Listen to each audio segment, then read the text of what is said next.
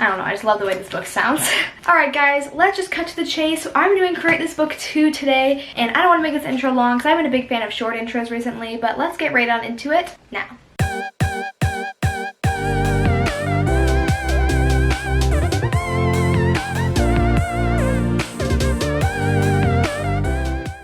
Create seasonal decor. Decorate this page based on the current season. Now, I don't know if you know this, I hope you do, but the current season is fall, autumn. Are there any other synonyms for fall?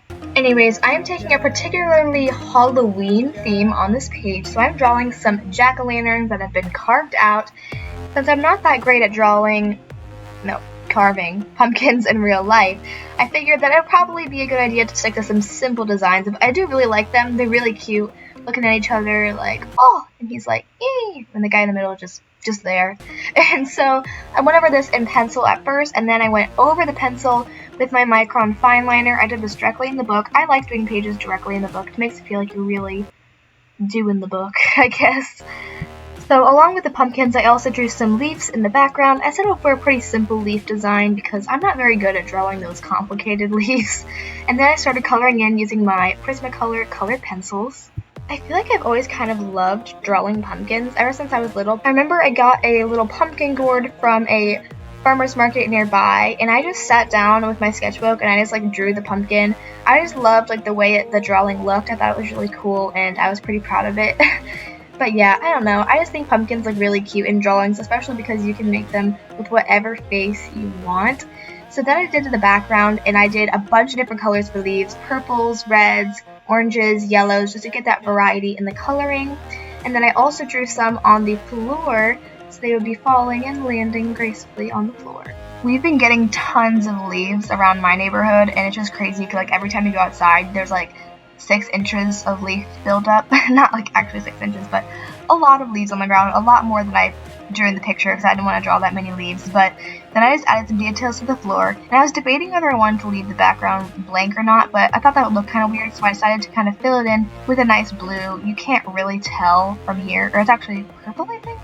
I don't even know, but I like the way it turned out. It looks a little scribbly, but I think it's kind of the style. This is actually one of my favorite pages, definitely my favorite page from this episode. I know, we're starting out with a favorite, probably not the best idea, but I just love this page so much. It's really cute. Create unexpected color. Change something that is black and white into something that is full of color. So my idea for this was to do chess. Chess, although I know it can be brown and white, is typically black and white, so I decided to turn chess into something full of color. So I started off by drawing a little chessboard on the side, and then I just started drawing a bunch of the pieces. Now, my sketches look super duper wonky at first, but I fixed them up somewhat in the final pen. My chess experience is pretty limited. I did play in our chess club in elementary school, so I know how to play, but I was never really that good. There's always those kids that were like super into it that would for sure beat me. As you can see here, I am using this marker for the board, and then I'm using the Micron for the chess pieces. Now this was really a mistake. I should have not used that marker, and you'll see why in a little bit. Guess what, folks? It is time for more new watercolor unopening. I don't know why I said more. There hasn't been one before, but there's one now. Got a new box of watercolors. Magnetic box. I like that. Got okay. Watercolors. Fancy. Comes with a water brush pen. Oh yeah, I've had these before. They're really nice. That's thick. This is a more my size one. Almost very fancy smancy box. Alright, the review's over. So then I went into watercolor painting this with the new watercolors, and I honestly had no idea what I was doing. I just kind of went in blindly and decided I was just going to kind of make it up as I went because yeah, I just didn't really know what my plan was. I just knew I wanted it to be super bright, super colorful, super all over the place. Coloring in these little boxes, although very satisfying, it took a very long time because putting them into the little squares, it looks like it was easy, but it wasn't really that easy, especially when the marker was bleeding all over the place, as I mentioned before. I keep forgetting that marker that I use, it's meant for calligraphy, but it's not meant to be watercolor painted over. so it bled a little bit. I don't know if you can really tell, especially like the yellow and stuff. It was annoying. Luckily, it did not do that for the upper part because I used a micron liner and that does not bleed. Well, it's okay. Then I just added little shadows on it. I don't really know. They just added some detail. And then I thought it looked boring, so I decided to add some cool white lines coming out. Not white. Cool, colorful lines coming out from everywhere. And this is what it looks like. Ignore that. And I think it turned out pretty good. I mean, not my favorite page in the world, not super impressive, but I think it looks cool, it's fun. Alright, create an assortment. Fill in each box with something different. Now, as I started recording this, it just started to thunderstorm, so sorry if you can hear that rain. Can you hear it? Yeah, so sorry about that if you can hear that in the background, but I decided to draw a bunch of desserts for this page. I know, this is kind of a basic idea. I honestly couldn't really think of anything else to do with this page, and this was just the most fun idea that I could come up with, so I'm going with it, even if it's basic. Don't judge it. I know it's basic.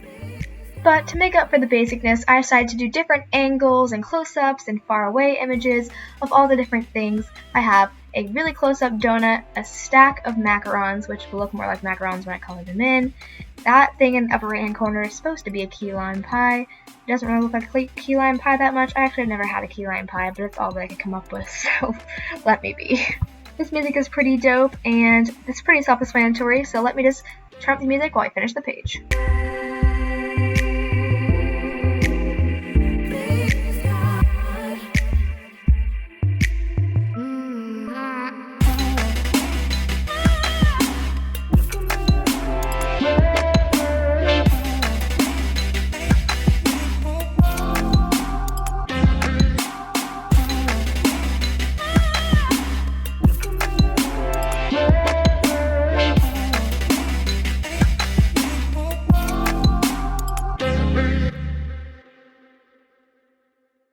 Create a page. Tear a page from an old book or magazine. Stick it onto this page, find a way to make it more interesting, cut it up, write over it, incorporate it into a drawing, etc. So this is the book I'm going to be using. It is called National Velvet, and yeah, I have never read it. Apparently I bought it for 50 cents at some point, or my family did.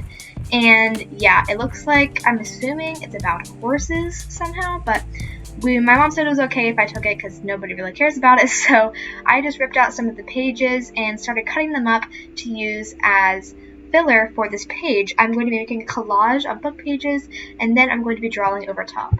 So I'm just cutting and tearing up the book and then collaging it in a cool way, and then using some plain white school glue to glue it all down. Now I'm starting to draw my design. You can barely see it, but I'm drawing an open book, and then I wrote the quote, "Read me like a book." I don't know, that's just the first thing that popped in my head. I know that's like a phrase. Also, I know there was a really awkward jump cut there, which just leaves me alone. My camera just cut out randomly, and then I just didn't even realize it stopped filming, and yeah, that was definitely my fault. But anyway, then I'm just attaching some gold glitter, and I'm a mess right now. And then adding some Mod Podge. This page was really simple, but it was super fun, and I loved cutting up all the book and just sticking it on there. And yeah, this is the final thing. Oh my gosh, the thunder and lightning is getting crazy. But yeah, that is the last prompt, and I really like this one. It's cute. Thank you guys so much for watching this video. Here is the shout out from the last video. Thank you so much for watching and for commenting on my video. If you want to be a shout out next week, all you have to do is comment down below. And that's all I have for you guys, and I hope you enjoyed, and I'll see you guys next Friday. Bye!